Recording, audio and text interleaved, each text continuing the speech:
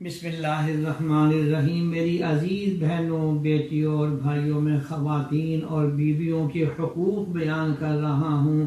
آج پہلی روایت نبی اکرم سرور دو عالم صلی اللہ علیہ وسلم اپنی اہلیہ محترمہ حضرت صفیہ کے لیے اونٹ کے قریب آپ بیٹھ جاتے اور اپنا گھٹنا مبارک کھڑا کر دیتے، اور حضرت صفیہ نے اپنا قدم جناب رسول اللہ صلی اللہ علیہ وسلم کے گھٹنے پر رکھا اور بآسانی اونٹ پر سوار ہو گئی۔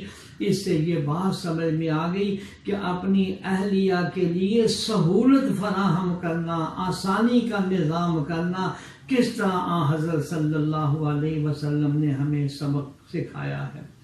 اگلی روایت میں نبی کریم سرور دو عالم صلی اللہ علیہ وسلم ایک سفر کے دوران اپنی بعض ازواج مطہرات کے پاس آئے جو اونٹوں پر سوار جا رہی تھی۔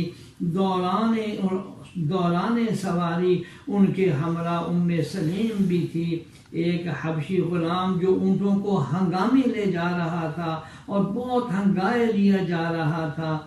حضرت صلی اللہ علیہ وسلم نے اس غلام کو مخاطب کر کے کہا، تیرا ناز ہو اے انجشا، یہ نام ہے اس کا، شیشوں سے لدے اونٹوں کو آہستہ لے کر چلو۔ یعنی یہ ازواج مطہرات شیشوں کے ساتھ تشبیہ دی گئی ہے۔ شیشہ بہت نازک ہوتا ہے، بیرونی اثرات سے متاثر ہو کر ٹوٹ جاتا ہے۔ اسی طرح عورت بھی کمزور، صاف، نازک فطرت اور حساس دل کی مالک ہوئی ہے، جسے احتیاط سے دیکھنے اور نرم برتاؤ کی ضرورت ہے۔